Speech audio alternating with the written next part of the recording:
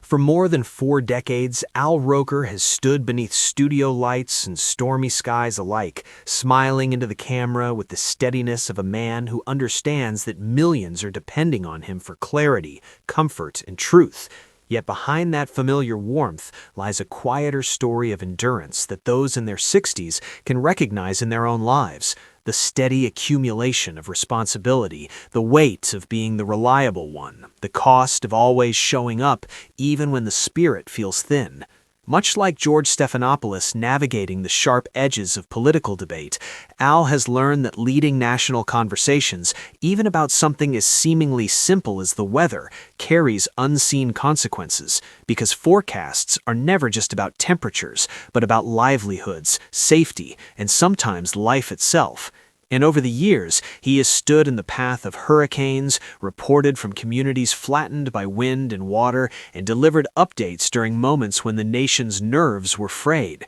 all while quietly carrying his own private battles. Health scares that forced him to confront mortality, surgeries that reminded him of fragility, and the humbling realization that strength is not loud, but persistent. At home, Deborah Roberts has been both witness and anchor to this journey, her own accomplished career in journalism giving her a profound understanding of the emotional toll exacted by the relentless news cycle. And in the quiet of their evenings, long after makeup has been wiped away and studio applause has faded, they have shared conversations not about ratings or headlines, but about resilience, about the strange isolation that can accompany public life, about what it means to age in an industry that worships youth, yet depends on experience. And for those who have crossed into their 7th decade, there is something deeply familiar in that reckoning, the awareness that time is no longer an abstract concept, but a companion, that the body speaks more insistently,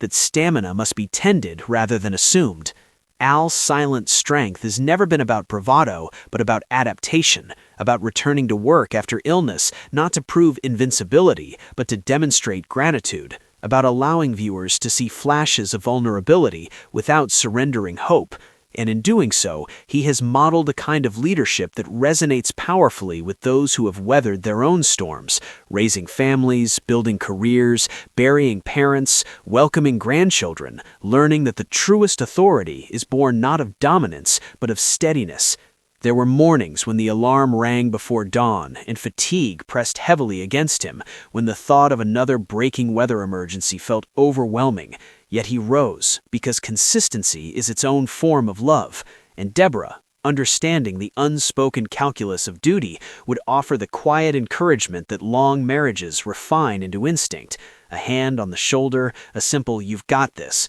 a shared glance that says more than words. Together, they have navigated the peculiar dance of 2 high-profile careers, celebrating one another's successes while protecting the sacred ordinariness of family dinners, holiday traditions, and laughter that has nothing to do with cameras. And it is in that ordinariness that Al's true fortitude reveals itself, because while the nation sees the buoyant weatherman braving snowdrifts or trading banter on morning television, Deborah sees the man who measures his life not by applause, but by presence, who understands that showing up for his children, and now savoring the milestones of a long marriage, are achievements far more enduring than any broadcast. The unseen cost of leading conversations, whether political roundtables or national weather coverage, is the slow erosion of anonymity, the expectation of perpetual composure, the internalization of public anxieties. And yet Al has met that cost with a philosophy that grows more meaningful with age,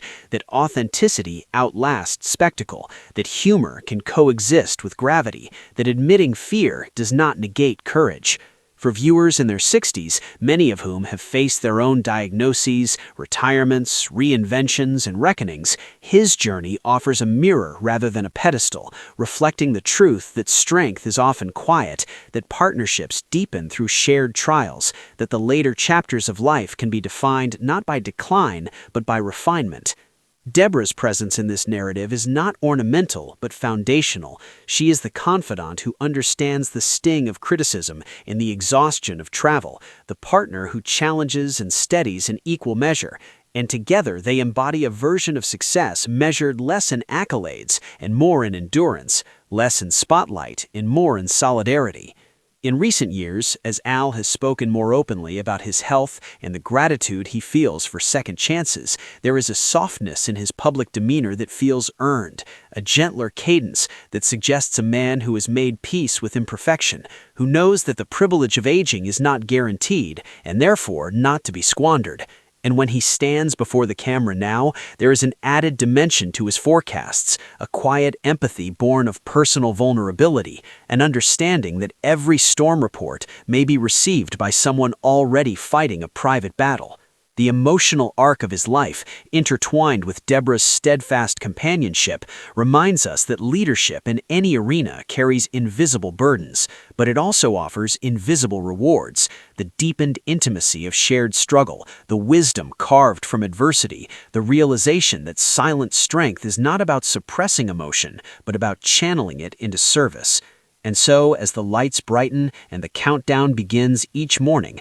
Al Roker steps once more into his role, not as a flawless icon, but a seasoned man who has learned that resilience is cumulative, that love is a daily discipline, and that the true measure of a life spent in public is the quiet integrity with which one returns home, where the applause is softer, the conversations more honest, and the strength required far more profound than anything the audience will ever see.